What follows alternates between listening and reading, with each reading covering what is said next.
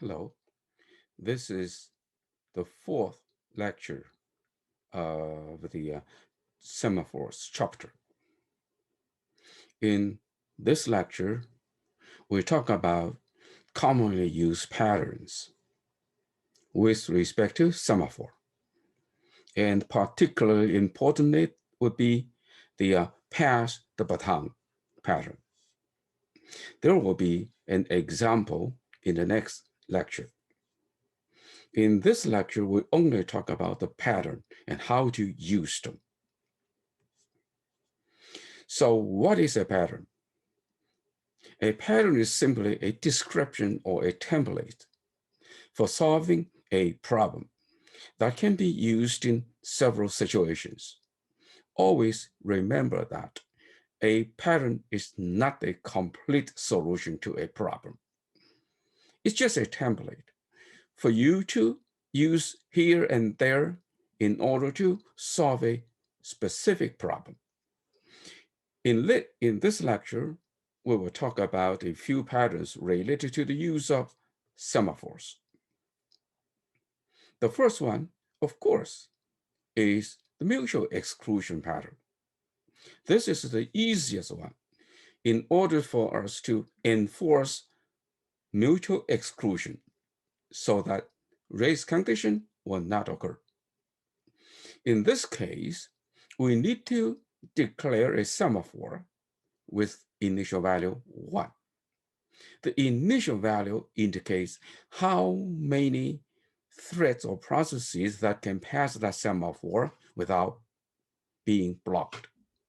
And then we use the method wait and the signal to lock and unlock the semaphore respectively. So here is the pattern.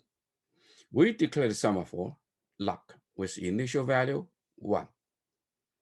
And if we consider these several statements being in a critical section that requires mutual exclusion, we simply bound it with wait lock and the signal lock. This is something very frequently seen in your program. If a variable is being shared by multiple threads or multiple processes, in order to avoid race condition, then you have to protect it by the use of semaphore. But there is a commonly mistake I've seen throughout the years teaching this course. What is it? Just look at this one. We have a semaphore S with initial value 1. And we also have a global variable C initialized to 0. And then we have 2 threads. So this thread increase C by 1. And this thread decrease C by 1. So increase, decrease. So far, it looks to be good because this thread, before it can add 1 to C, we have a mutual exclusion pattern. And in this thread, before subtracting 1 from C, we also have a mutual exclusion pattern. But what is wrong here is, look at this thread. After adding 1 to C, this thread release the mutex lock. And then immediately, or after a few statements later, this thread tries to determine whether the current value of C is greater than or equal to 3. On the other hand, the right thread, after decreasing the value of C by 1, then it releases the semaphore. And sometime later, it tries to determine whether the new value of C is 0 or not. So what is the major problems here? Now let's take a look at this one. Adding 1 to C, okay. Then this is going to be done in a mutually exclusive way. Then we test the value of C to ensure it is greater than or equal to 3, then we do something. Otherwise, we do something else. But the use of C here is risky. The reason is, while you are testing the value of C, are you sure this thread is not subtracting 1 from it? In other words, this comparison and this subtraction could be carried out in a concurrent way. So the results may be different from time to time, and you have a race condition. By the same reason, the testing of C being 0 here could be carried out concurrently with this C++. So yes, it is true that C++ and C would be done in an atomic way. But this testing and this testing are not in a critical section. There's no guarantee that while I am testing for this or this, other thread will not be updating it. So this is commonly seen mistake. Then we move on. In many applications, a thread may enter a critical section. After entering it, that thread tests for a condition. If that condition is met, the thread does something. Otherwise, it does something else. We have seen this several times in the classical problem section. So frequently, one of the two somethings may involve a wait. Remember this reader's enters section. So in the reader, the mutex is a lock for protecting the reader count. So when a reader enters, adding 1 to reader count, and if the reader count is 1, meaning this reader is the first one who arrives, then this reader blocks himself on the semaphore right mutex. So if there is no writer, this thread simply goes through. If there is a writer writing, then right mutex would be locked by that writer. So in this case, we enter a critical section for reader count. After doing something, we perform a test. If this test is met, we do something else. Otherwise, we do something. Otherwise, we do something else. So this is an example referring to as enter and a test. Usually a wait may be used in the entry part to wait for a particular condition to occur. And at the end of, that is in the exit section, that thread must signal a thread waiting in the entry section. We have seen it in the reader's exit section. So a reader, after finishing reading, it locks the mutex again in order to access the reader count in a mutually exclusive way. So decrease it by 1 because this reader exits. So if I am the last one, it means after I'm gone, no reader will be using the shared data. Therefore, we could inform someone who's waiting on the right mutex so that someone will continue. Otherwise, we simply exit. So this is a typical example. If you have to force a thread to wait in the entry section somewhere, you have to have a signal to release it if certain condition is met. So this is pretty easy. Now, in many applications, a thread exits the critical section and then it could block itself because Accessing a critical section means I am going to update something so that I have to do it in a mutually exclusive way. But I cannot stay there forever. Therefore, upon exit the critical section, then I may have to wait for something. If I wait that something in the critical section, then no one can enter. In the reader's enter section, if the condition is met, we block the first reader. As a result, no other subsequent reader can come in. But in many cases, it's not going to be that way. So let's take a look at the roller coaster, the passenger code we discussed in the classical problem lecture. So here, this frame indicates it is a critical section. This critical section is used to block other thread because this thread is going to do the checking process.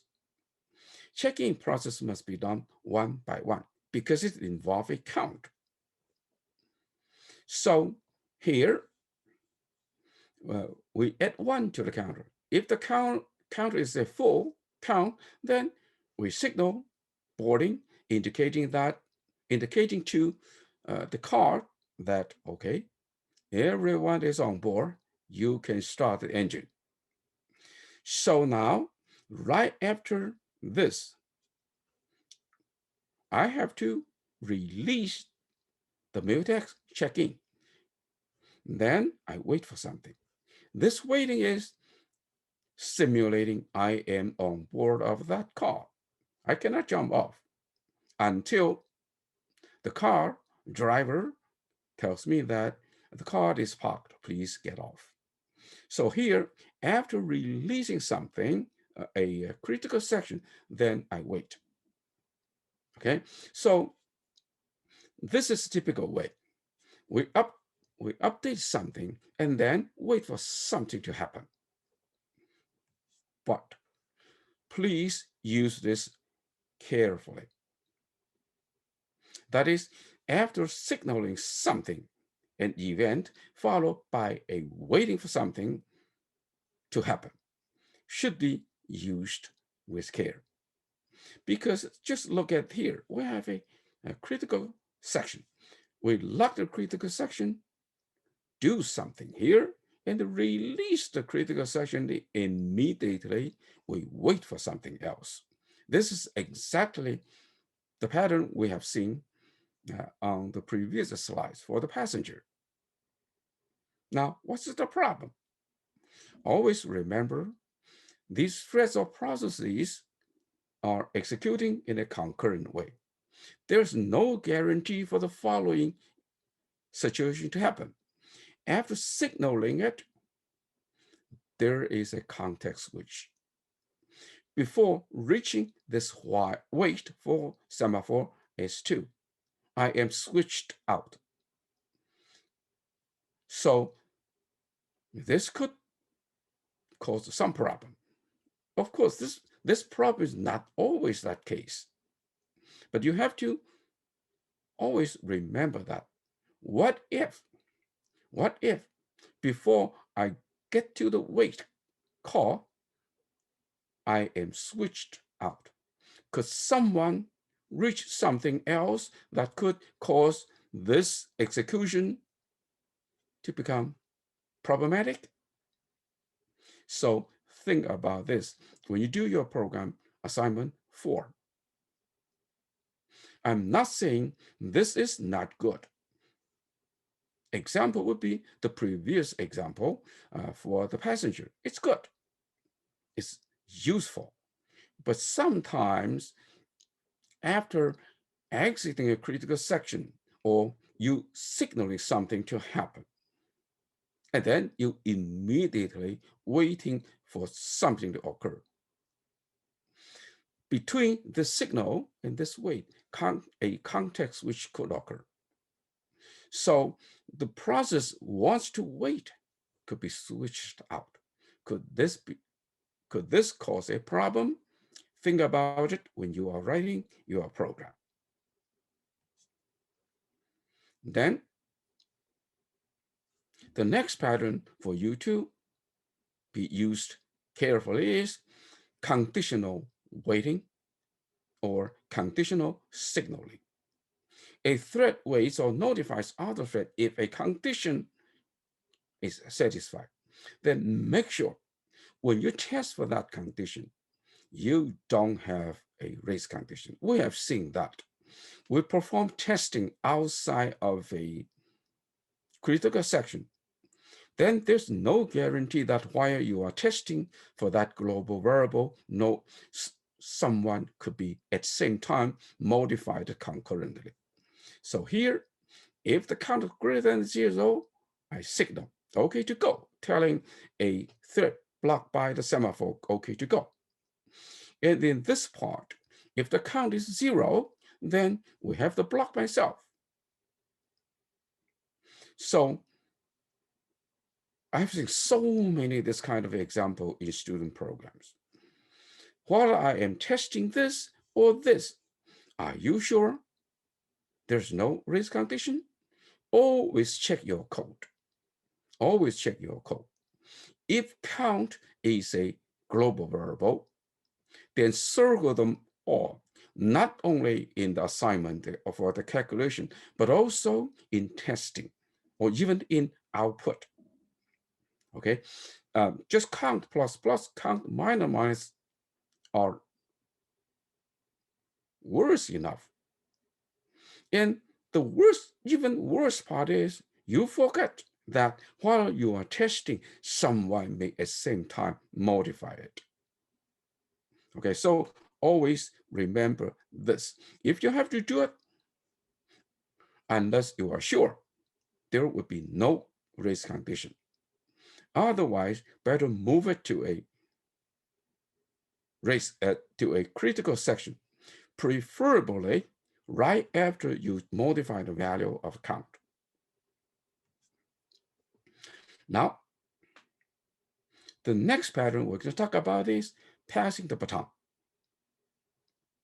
In general, you do not use it.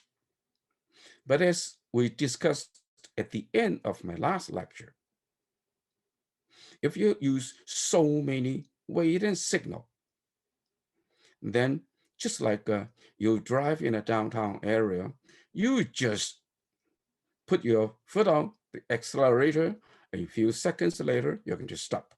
So you have to stop, start, stop, start, stop, start so frequently. A stop means you are blocked by the wait. You stop means you are signal, you are allowed to go by a signal. So in this case, your execution would be very discontinued.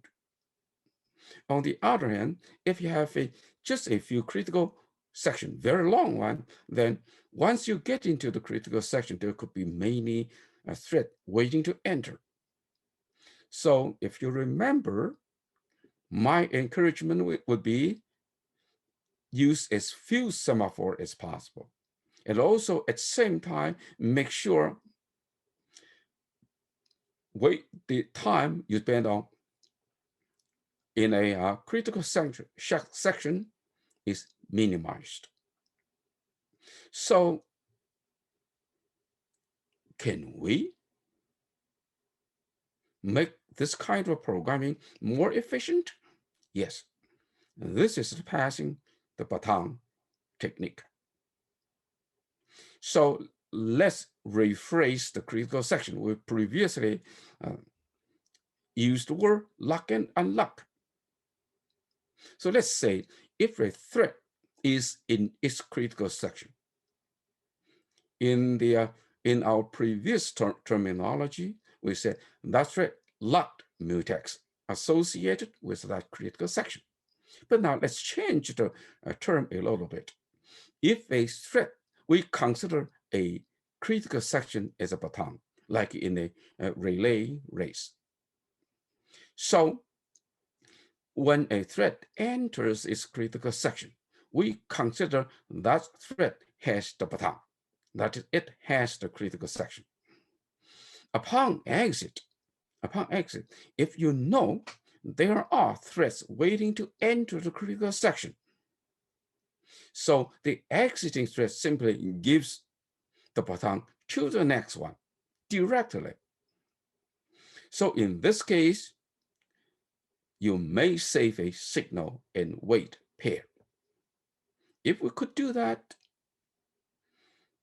your program would be more efficient.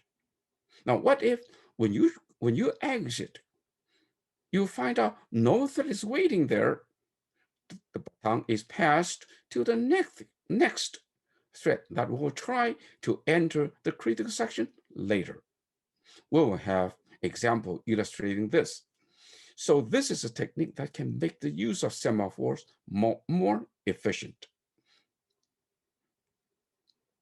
Now, take a look at the first very simple example.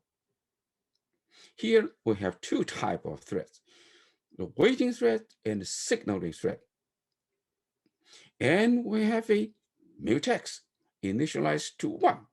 Once you see that, you know it's probably for enforcing the mutual exclusion. And we have a condition, a semaphore named condition with initialization value being 0. That means initially every thread that wants to get the condition must wait here. Wait for an event to happen. Initially, the event, this verbal event, is set to false. So let's take a look at the waiting thread. The waiting thread locks the mutex. In other words, it has the baton represented by the mutex. We could say that. So this mutex is built for locking the verbal event. So now look at this code and be carefully because it's written slightly different from what we are used to. So we lock the mutex. Then we check the event. If the event is there, then we get out. Meaning what I am waiting for is already there. Of course, outside of here, you have to release the mutex, which is not written here. Now, if the event is not there, then I cannot wait immediately. Because if I wait immediately, the verbal event is still being locked by the mutex. No one could enter. And I am the only one holding the mutex. So I have to unlock the event. And then force myself to wait on the condition semaphore. When the condition semaphore is signaled, meaning the condition has happened, then I relock the mutex and then come back to check to see whether the event is there or not. Okay, here you may want to say, this is pretty poor programming practice, because if I am waiting for the condition and someone signals me, then the condition is there, right? The answer is no. Because we may have multiple threads waiting for the condition. When I am released, before I get to this wait, now suppose you don't have this wait. So when I am released from this condition semaphore, then what if another thread also signals the condition? Then a second thread may also be released from this condition semaphore. Okay, so far seems to be so good. But the problem is, what if this condition can only be processed by a single thread? So what I said was 2 or more threads could be released from the condition variable. In other words, after I am released, I cannot get to this wait. I am switched out. While I am in the ready state, another thread could be released from this condition semaphore. And then that thread is also released. Then two threads were released from the condition. Then these two threads could proceed to handle that condition. That is troublesome. Okay, so that is why we check to see whether the event is there. If the event is not there, release the event variable and wait on the condition. If this waiting thread is released from the condition semaphore, this thread must reacquire the mutex to come back to check again. Now look at the signaling thread. The signaling thread locks the event variable, indicating that signal thread make that event to occur, and then signal this condition. So it looks this way, pretty good. In this case, if someone is waiting here, only one signal would occur. And thus someone would come back and check the event. So is this good enough? Yes. Most beginners will write their program this way because it's logical. Now, can we make it more efficient? Yes. This is what we're going to do. This waiting thread gets to the wait. And if it successfully acquired the mutex, it means this waiting thread has the baton. The baton is the mutex. So this mutex check to see is the event there. If it is, release the baton. So the next one could come in and check the event, because other thread may also be waiting for checking this event. So then this waiting thread gets into the condition. Now, look at here. Because this mutex has been released by the waiting thread, so the signaling thread is able to lock the event. In other words, the signaling thread now has the baton. It acquires the CS and then set event to true. Then signal this condition. Of course, this signal would allow one thread, one of the waiting thread to be continued. So in this case, if we remove the signal and also remove this wait, the signaling thread has the baton and process whatever it has to do. And then signal this one. Now this one will be released. Now, if we remove the signal, it is equivalent to say that this signal thread gives the baton to this release thread. So in this case, the critical section is being locked by the signaling thread. And then we could allow this waiting thread to continue because currently the critical section is still locked by the signaling thread. So when this waiting thread continues, it does not have to have this one because this is already locked. If you allow this waiting thread to wait for this signal, this mutex again, we have deadlock. Because this signaling thread has already locked the mutex. And if the signaling thread does not execute this signal, So when it signals this waiting thread to be released from the wait condition, the mutex is still locked. Therefore, this waiting thread does not have to execute the wait mutex. It just come back, check to see whether the event is still there or not. So in this way, the signaling thread has the baton, does something, and signals a waiting thread. So in this way, the signaling thread has the baton here and passes the baton to the waiting thread.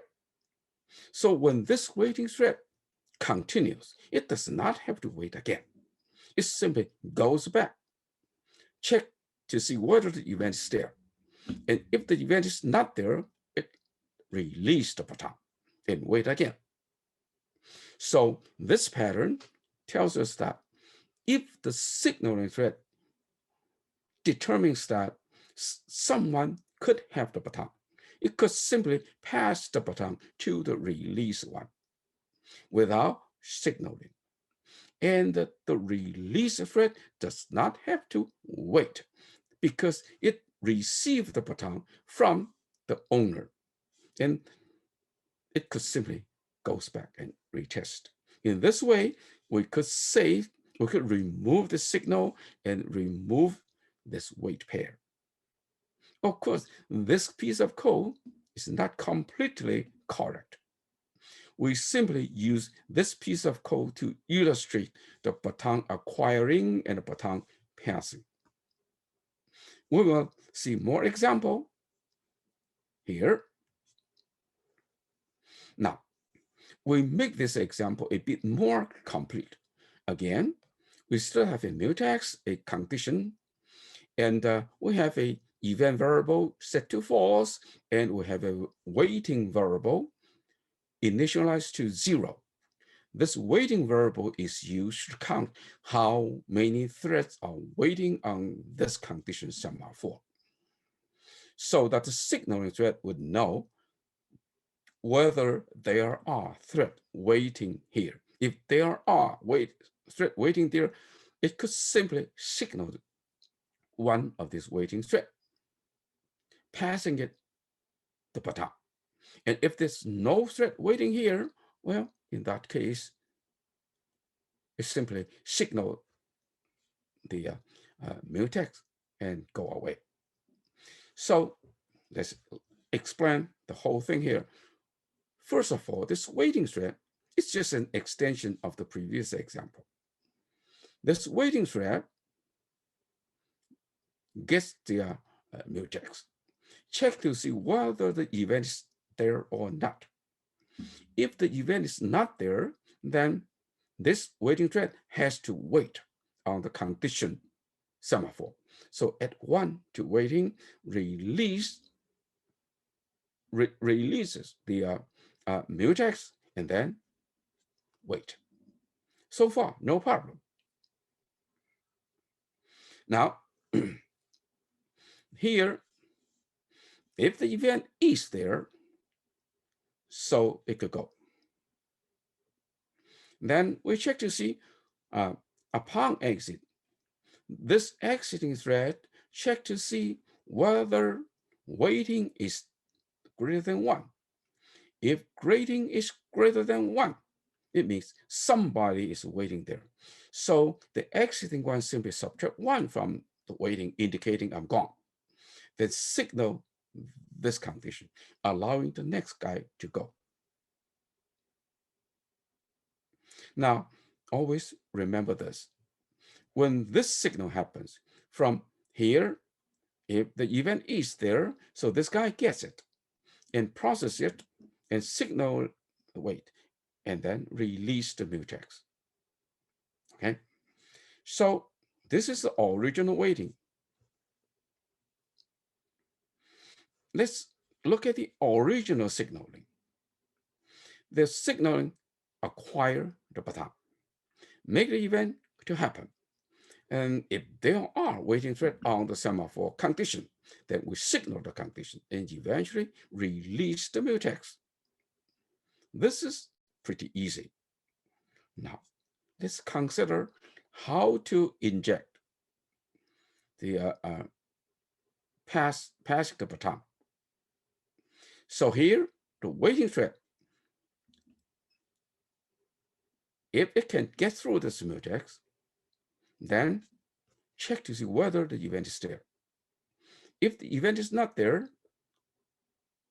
adding 1 to the waiting variable, signaling mutex in order to get out and wait. And then if this one can get out here, so it means the event is already there. Then after processing it, we check to see whether waiting is 1, greater than 1, and so on. So we see we have 2 places where a waiting thread can be released. First is a waiting thread finishes its work, and it could release a waiting thread on the condition variable. The second place we can do is a signaling thread, making the event occur. And it checks to see there are more than one, there are waiting thread there, so this signal could also release a thread from the condition semaphore. Now, these thick red arrows indicate where a signal could come from in order to release a thread here. These dashed line blue arrows indicating how we lock and unlock the mutex. So this is the original version. Now let's look at the pass-the-baton technique. So again, the same thing. We do everything. So we wait here. Now, when a signaling thread makes the event happen, so from here to here indicates the signaling thread has the baton. So at the end, when a signaling thread must release a thread waiting on the semaphore condition, it can only do that when the variable waiting is greater than 0. So it has to see whether the waiting variable is greater than 0. If it is greater than 0, it simply signals. Now, this means I am going to release a waiting thread on the condition variable. If the waiting is 0, then I do not execute the signal to this condition variable. Instead, I simply release the baton. So here, this signaling thread acquires the baton. And while if someone is waiting there, passing it the baton. If no one is waiting, we just get out. So when this signal comes, this waiting thread has the baton. And it does not have to reacquire the mutex because the mutex is given by the signaling thread. So it's simply get out. And of course, you could also use the original while, but I changed the if, because once you get out, you know the event is already there. By the same reason, upon exit, this waiting thread check to see, are there any waiting thread? If there are, we signal. Otherwise, we signal this condition. Otherwise, I release the baton. Now, we do the same. we get to here. Let's take it back here. The signaling thread passed the baton to this one. This one has the baton, received the baton from the signaling thread. So this one could process the waiting variable here mutually in a mutually exclusive way. So subtract 1 here and the signal. This signal would cause the next one to be released. But look at here. We only signal this one if there are someone there. That's the meaning of waiting greater than 1. So when I signal this one, after that, I get out. So that means this waiting thread also passes his baton to the next released one. So a waiting thread would release the baton only if there is no waiting thread. So this is the meaning of the passing the baton. So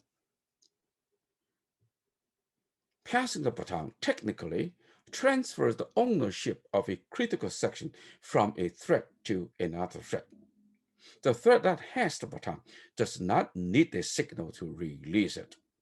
Instead, the critical section or the baton is directly given to another thread that needs it. The receiving thread does not need a wait for that baton.